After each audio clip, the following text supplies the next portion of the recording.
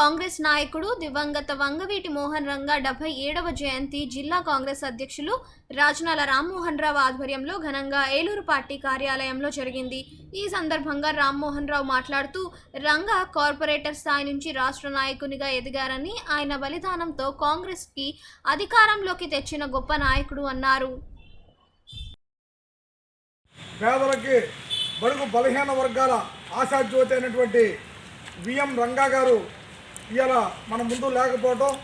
లేకపోయినప్పటికీ ఇవాళ 35 సంవత్సరాలైన ఆయన జన్మదినోత్సవాన్ని మనందరం మర్చిపోకుండా మోహన్ రంగా గారిని ఇలా గుర్తుపెట్టుకుని ఈ కార్యక్రమాన్ని చేసుకుంటున్నామంటే ఆయన వలన ఆ రోజున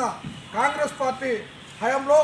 మరి ఆ రోజున అనేక ఇబ్బందులు పడి కాంగ్రెస్ ముఖ్యమంత్రిగా గెలవడానికి దోహదపడినటువంటి ఒక గొప్ప నాయకుడు. అలాంటి వ్యక్తి ఆయన ఎప్పుడు కూడా నిత్యం ఆయన ఇంటి దగ్గర కానీ ఆయన దగ్గర అందరూ కూడా ఒక కులానికి సంబంధించిన వ్యక్తులు కాదు, బడుగు బలహీన వర్గాలు, అట్టడుగు వర్గాలు, అదేవిధంగా దళితులు ఎక్కువగా ఉండి ప్రతి ఒక్కరితోటి కార్మికులతో పనిచేసినటువంటి విజయవాడలో మరి పుట్టి విజయవాడలోనే కాకుండా రాష్ట్రం అంతా కూడా విఎం రంగా అంటే కాంగ్రెస్ పార్టీ అని చెప్పి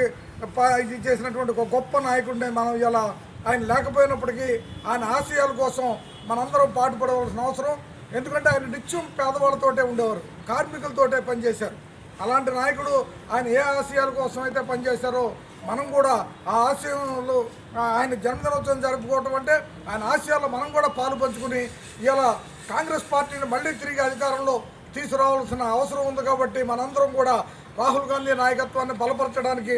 ఆ రోజున ఆయన ఆత్మ బలిదానంతో కాంగ్రెస్ పార్టీ 89లో వచ్చింది. ఆ విధంగానే మరి ఇప్పుడు మరి కాంగ్రెస్ పార్టీని తిరిగి అధికారంలో తేవడంలో మనందరం పాల్గొని ఆ దాంట్లో భాగస్వాములు అయిన రోజున మరి ఖచ్చితంగా ఆయనకి ఘనమైన నివాళులు అర్పించడం, ఆయన ఆత్మ ఎక్కడున్నా శాంతిగా ఉంటుందని చెప్పి కూడా మీకు తెలియజేసుకుంటూ వర్ధిల్లాలి విఎం రంగా,